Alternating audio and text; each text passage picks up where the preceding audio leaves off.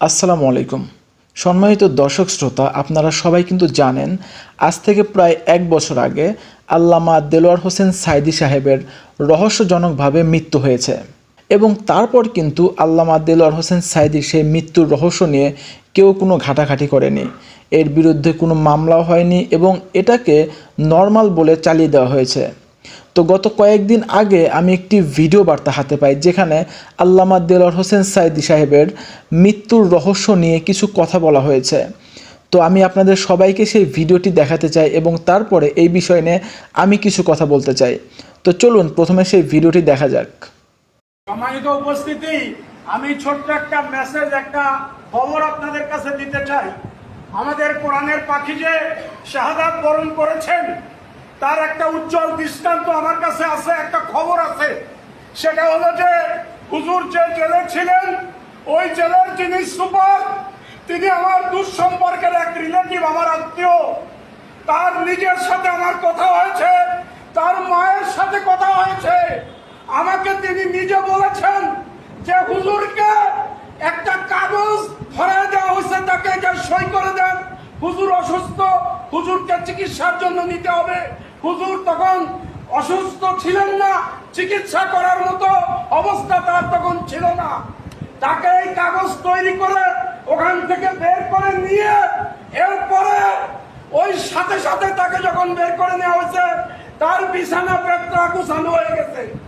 এইটা গুছাইছে, গুছানোর পরে ওই ব্যক্তি তার মাকে বলেছে, তার মা আমাকে বলেছেন যে আমার ছেলে বালিশে মুখ গুজে টুকরে কেঁদেছেন বাইরে এসে, অর্থাৎ হুজুরকে বিদায় দেওয়া হয়েছে চিরজীবনের মতো ওই জেলখানা থেকে।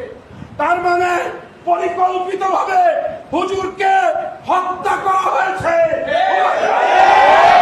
হুজুরকে হত্যা করেছে, হুজুর শাহাদাত বরণ করেছে।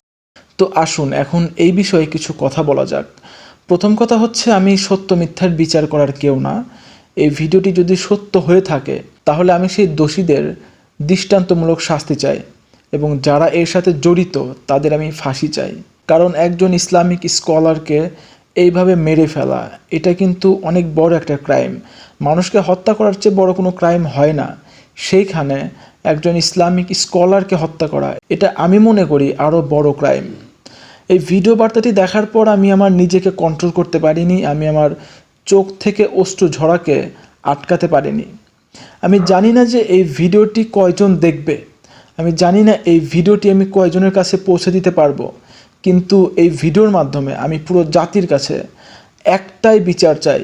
সেটা হচ্ছে যে আল্লামা দেলোয়ার হোসেন সাঈদী সাহেবের মৃত্যুর এই ঘটনাটিকে তদন্ত করে দেখা হোক এবং এই ঘটনা যদি আসলে এরকম কিছু হয় তাহলে যারা এর সাথে জড়িত, যারা এই হত্যাকাণ্ডের সাথে জড়িত, আমরা সবাই তার ফাঁসি চাই। স্পেশালি আমি নিজে তার ফাঁসি চাই এবং দৃষ্টান্তমূলক শাস্তি চাই। আমি আসলে কথা বলতে পারবো না, আমি এই ভিডিওটা দেখার পর আমি খুবই আবেগপ্রবণ হয়ে গেছি এবং এই বিষয়ে আমি কথা বলতে পারতেছি না।